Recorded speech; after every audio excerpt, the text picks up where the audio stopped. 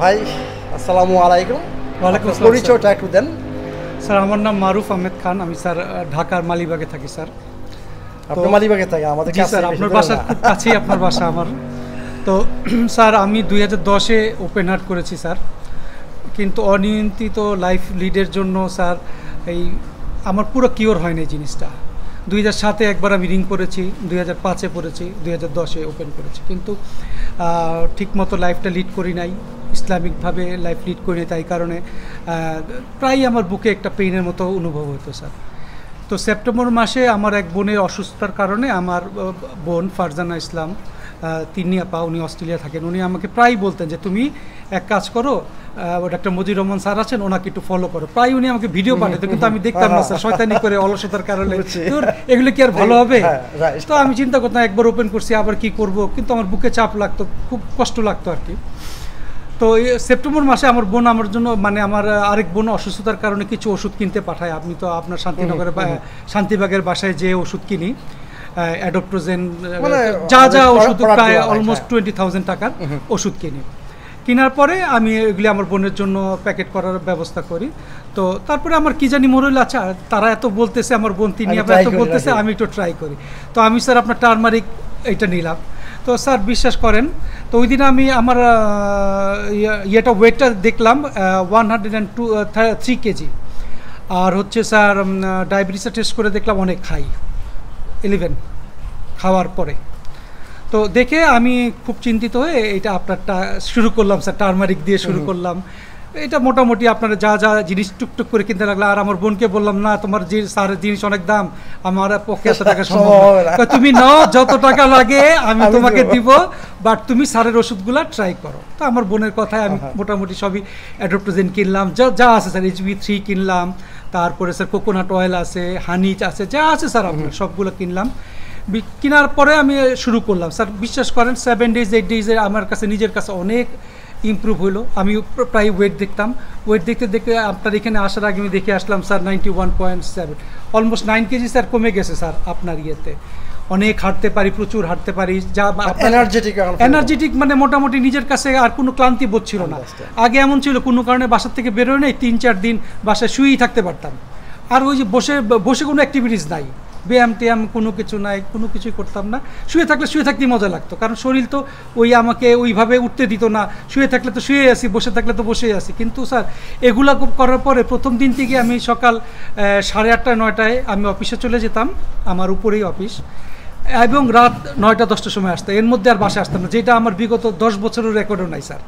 দুপুরে না ঘুমায় বা সারা একটু পরপর না ঘুমায় আমি থাকতে পারতাম না। কিন্তু এখন স্যার এই যে এনার্জিটা আসলে স্যার, এইটা যাদের এরকম আমি যে বললাম এই সমস্যাগুলো আছে, আপনি একটু ট্রাই করে দেখেন। আমার মুখের কথা না, আপনার ট্রাই করে নিশ্চিত এটার ফল পাবেন এবং নিজেকে অনেক ইয়াং মনে হবে, এনার্জেটিক মনে হবে। তো আলহামদুলিল্লাহ, তো এরকম করতে করতে মোটামুটি স্যার এই 1 মাস, কিন্তু তো 1 মাসেই আমি মোটামুটি নিজেকে অনেক ভালো ফিল করতেছি। তো ভাবলাম, তো এর মধ্যে একদিন জিজ্ঞেস করলাম আপনার বাসায় ইয়েতে, যে আপনার শান্তিবাগের অফিসে, যে স্যারের কি দেখা করার কি উপায় আছে, স্যারকে ফোন করার কোনো ওয়ে আছে, বা স্যার তো সামনের মাসে একটা ইয়ে করতেছে, কনফারেন্স করতেছে ইয়েতে, আমি কোথায়, ওইখানে কত ডলার, এত ডলার, ওকে। আমি টাকার দিকে চিন্তা করলাম না, চিন্তা করলাম যে স্যারের কাছ থেকে একদম সামনাসামনি শুনবো কীভাবে বানায়, কীভাবে কি করে, সব কিছু দেখার জন্য আসলাম। তো এইখানে এসে যে এইখানে একটা মানে মনে হচ্ছে যে আপনারা সবাই ট্রাই করেন, যারা আমার মতো অসুস্থ বা ডায়াবেটিস পেশেন্ট, তারপরে ব্লাড প্রেশার আছে বা হার্টের সমস্যা আছে, ওরা এখানে এসে যদি কেউ 1 মাস থাকে, তার কোনো রোগ বলে কিছু থাকবে না, এটা আমার ধারণা। কারণ আমি 2বার রিং পরেছি, 1বার ওপেন হার্ট করেছি। তো আমার ধারণা স্যারের সান্নিধ্যে থাকলে 1টা মাস মনে হয় নিজেকে আপনি 18 বছর, 20 বছর, 25 বছর তরুণ হয়ে যাবে। আমার 49 এখন, কিন্তু আমার কাছে মনে হচ্ছে আমি এখন 25। তো স্যার এখানে নিয়ম করে সকাল 8টার সময় আমাদের উঠায় দেয়, আরও আগে উঠি আমরা, 8টার সময় সোডা পানি শুরু করি, তারপরে আমরা জিম করি, জিম করার পরে ইনফ্রারেড সনা নেই, সনা শেষ করে সুইমিং করি, সুইমিং করার পরে 11টার সময় স্যার নিজের হাতে বানায় আমাদের একটা জিনিস স্মুথি খাওয়ায়, ব্রেকফাস্ট দেয়, ব্রেকফাস্ট খাই, ব্রেকফাস্ট খেয়ে আবার 2টার সময় স্মুথি দেয়।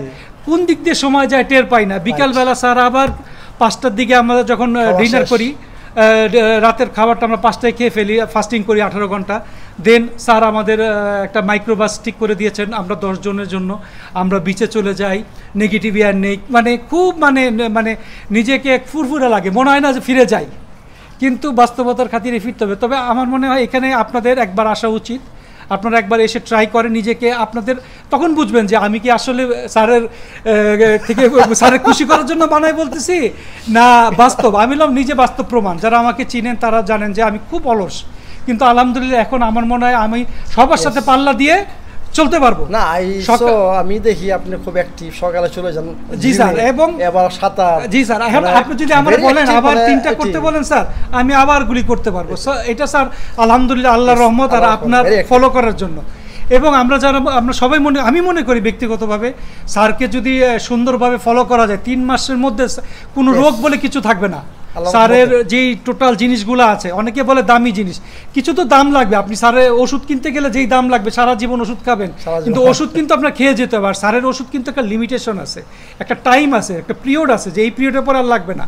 এটা চ্যালেঞ্জ, আপনারা ট্রাই করেন, ইনশাআল্লাহ সবাই ভালো থাকবেন। আমরা স্যারের জন্য দোয়া করি, স্যার যেন আরও বেশি মানুষের মঙ্গলে আসতে পারে এবং আরও বেশি মানুষ যেন উপকৃত হয় স্যারের কাছে, এটা আমরা আশা করি স্যারের কাছে। Thank you very much. এবং স্যার আমরা চাই আপনি অনেকে স্যার আমাদের আল্লাহ পাক তৌফিক দিছে থাইল্যান্ডে আসার, অনেকের অ্যাবিলিটি নেই। আপনি স্যার বাংলাদেশে যে অন্তত কিছু দিনের জন্য হলো স্যার, আপনি বাংলাদেশে অনেক গরিব লোক আছে বা অনেক আছে যারা আসতে পারে না ভিসা সমস্যার জন্য, এটা স্যার আমাদের কাছে একদম রিকোয়েস্ট স্যার, আপনি বাংলাদেশে এসে আবার কিছু ট্রিটমেন্ট, কারণ আপনাকে সামনে পেলে স্যার মানুষের মধ্যে একটা সুন্দর ইনফ্লুয়েন্স এসে পড়ে, মানে খুব মানে ইনকারেজ হয়ে যাবে, যে মানুষ মনে করেন আরও একটা বিপ্লব আসবে স্যার, হেলথ বিপ্লব আসবে, আমি নিশ্চিত স্যার মানুষের মধ্যে ইনশাআল্লাহ।